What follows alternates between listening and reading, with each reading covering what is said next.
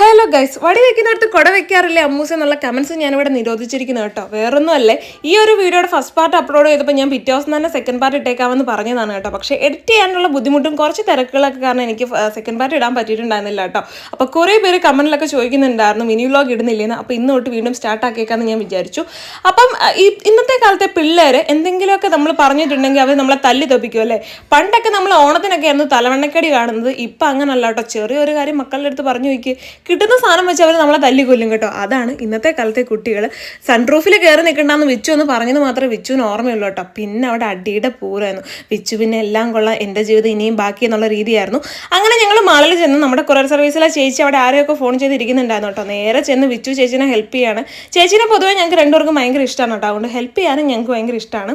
അതൊക്കെ കഴിഞ്ഞ് ഞങ്ങൾ അടുത്ത കൊറിയർ സർവീസിലോട്ട് പോയി. 2 കൊറിയർ സർവീസിൽ നമുക്കിന്ന് കൊറിയർ കൊടുക്കാനുണ്ടായിരുന്നു കേട്ടോ. അങ്ങനെ ഞങ്ങൾ അടുത്ത ഒരു സ്ഥലത്തോട്ട് പോവുമായിരുന്നു. ചേച്ചി എന്നിട്ട് കൂടെ എന്തൊരു സ്നേഹം അല്ലേ. അതിൻ്റെ ഇടയ്ക്ക് ജാനിക്കുട്ടിയുടെ തലയിൽ പൂഞ്ച താജ്മഹൽ പണിയുന്നുണ്ടായിരുന്നു കേട്ടോ. കുറേ മുടി ഉള്ളതുകൊണ്ട് പിന്നി നോക്കുകയാണ് കേട്ടോ. പിന്നി പഠിക്കുകയായിരുന്നു. ഇത് നമ്മുടെ വർഗീസ് ഡോക്ടർ വീടാണ് കേട്ടോ. ആളുടെ വീടിൻ്റെ ഫ്രണ്ടിൽ ആ ഒരു പൂക്കൾ കണ്ടപ്പോൾ നല്ല രസം തോന്നി കേട്ടോ. അപ്പോൾ അതും ഞാൻ ജസ്റ്റ് ഒന്ന് എടുത്തു.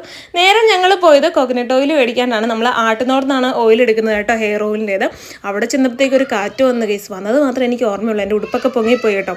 അവിടെ പിന്നെ ആരും ഇല്ലാത്തത് കൊണ്ടും അടിയിൽ ഷോർട്ട്സ് ഇട്ടത് കൊണ്ടും നാണം കിട്ടിയില്ല കൈസ്. അങ്ങനെ ഞങ്ങൾ 2 കന്നാസ് ഓയിലാണ് കേട്ടോ എടുക്കുന്നത്. ഒരു ദിവസം 10 രൂപയൊക്കെ വെച്ചിട്ടാണ് കേട്ടോ ഇപ്പോൾ ഓയിലിന് കൂടുന്നത്.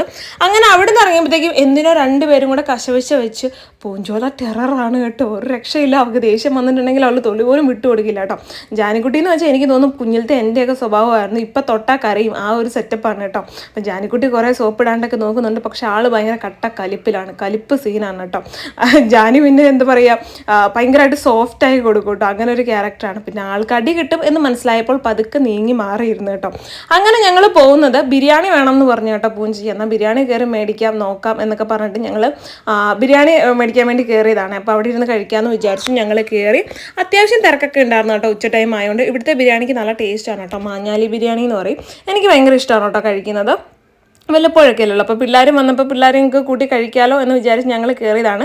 അങ്ങനെ അവളുമാർക്ക് 2 പേർക്കും ബിരിയാണിയുടെ പകുതിച്ചേ പറഞ്ഞു കേട്ടോ. പക്ഷേ ജാനിക്കുട്ടിയുടെ ബിരിയാണി വന്ന് കണ്ടപ്പോൾ ഞങ്ങൾ ഞെട്ടിപ്പോയ കാര്യം അതിനകത്ത് അത്രയ്ക്കും റൈസും കാര്യങ്ങളൊക്കെ ഉണ്ടായിരുന്നു കേട്ടോ.